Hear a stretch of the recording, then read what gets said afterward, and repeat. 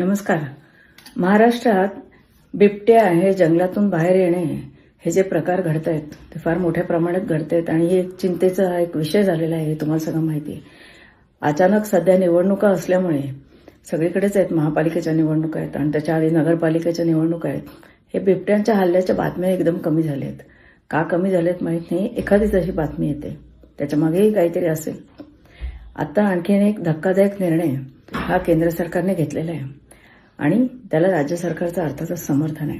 हा निर्णय आहे ताडोबा व्याघ्र सफारीचा. तुम्हाला सगळ्यांना माहिती आहे की चंद्रपूरला ताडोबा आपला व्याघ्र प्रकल्प आहे आणि त्या व्याघ्र प्रकल्पात जवळजवळ 60 का 70 असे वाघ आहेत आणि जे जे तिकडे जातात, खूप जण अनेक जण गेलेले असतील ताडोबाची व्याघ्र सफारी बघायला. तिथे त्यांना वाघ दिसतोच असं म्हणतात. इतक्या मोठ्या प्रमाणात वाघांची तिथे संख्या आहे.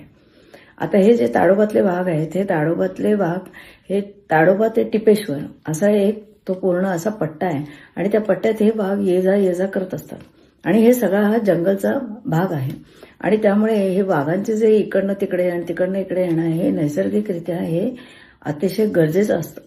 त्यांच्या जीवनमानासाठी, त्यांच्या वाढीसाठी आणि त्यांच्या राहण्यासाठी हे सगळं महत्वाचं असतं.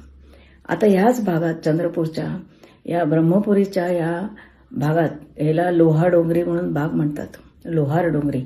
तर ह्या भागात आता एक खाण उत्खननाला परवानगी देण्यात आली.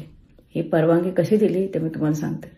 2010 साली अदानी पॉवर कंपनी ही कंपनी आली आणि त्यांनी एक प्रस्ताव दिला की ह्या भागात लोहार डोंगरी भागात आम्हाला एक खाण खणायची.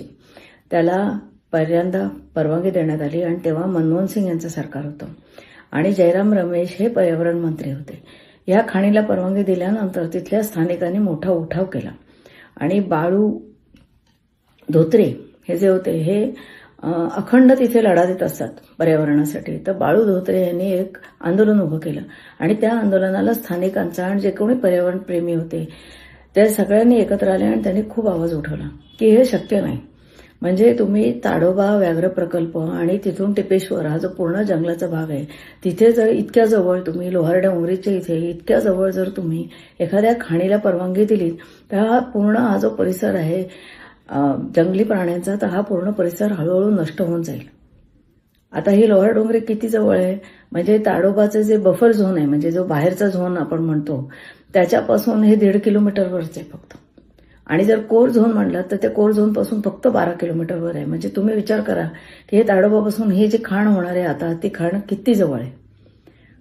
तर अदानी पॉवर प्लांटला ही परवानगी देण्यात आली होती मनमोहन सिंग सरकारमध्ये, पण खूप मोठं आंदोलन उभं केलं. जसं मी म्हटलं बाळू धोत्रे यांनी नेतृत्व केलं आणि मग नंतर नाईलाजाने सरकारला ही परवानगी होती ती रद्द करावी लागली. पण तेव्हापासून राजकारण्यांच्या डोक्यात हे खाण होतीच.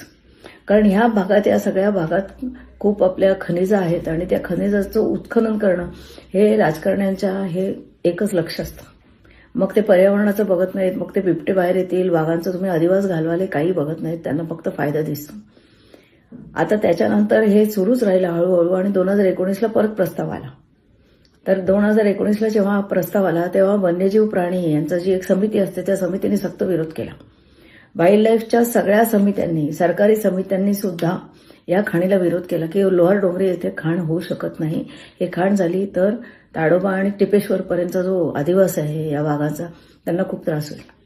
सरकारचं असं म्हणणं आहे की हे वाघ ताडोबापासून टिपेश्वरला ये जा करतात ना, ते दुसऱ्या मार्गाने जातील. आता हे अत्यंत हास्यास्पद असं आहे.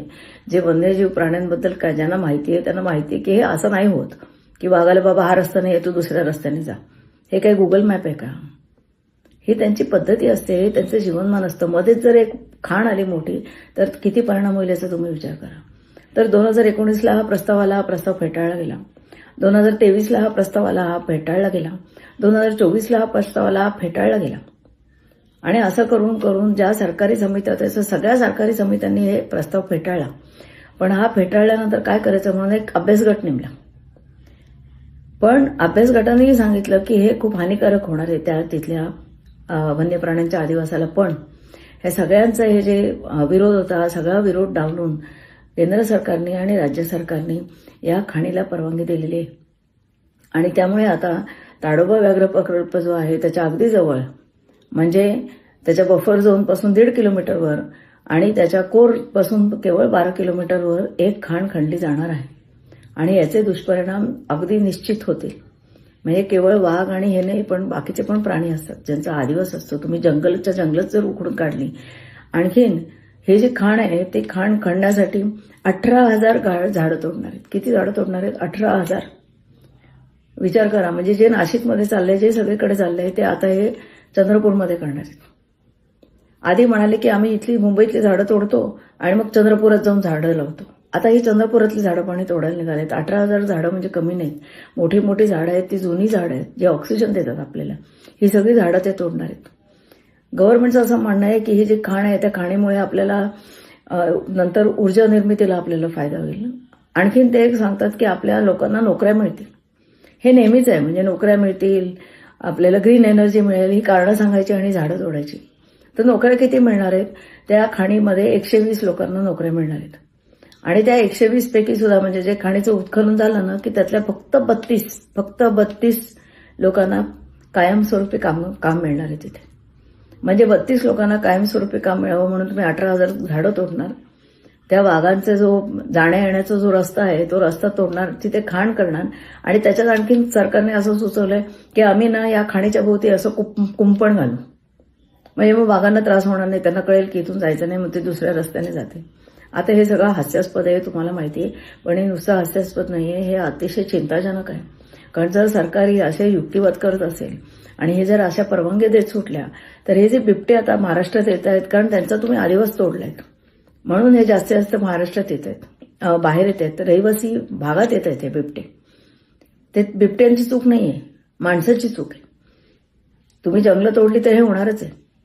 आणि आता हे डायरेक्ट ताडोबाला हात घालतात. जिथे आत्ता गणना केलेली आहे तिथे 70 वाघ आहेत.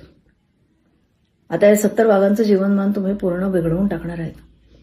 ज्या बाळू धोत्रे यांनी 2010 साली अदानीला विरोध केला, अदानीला जी खाणीची परवानगी दिली होती त्यांनी विरोध केला आणि मोठं आंदोलन केलं, तेच आज पण विरोध करतायत.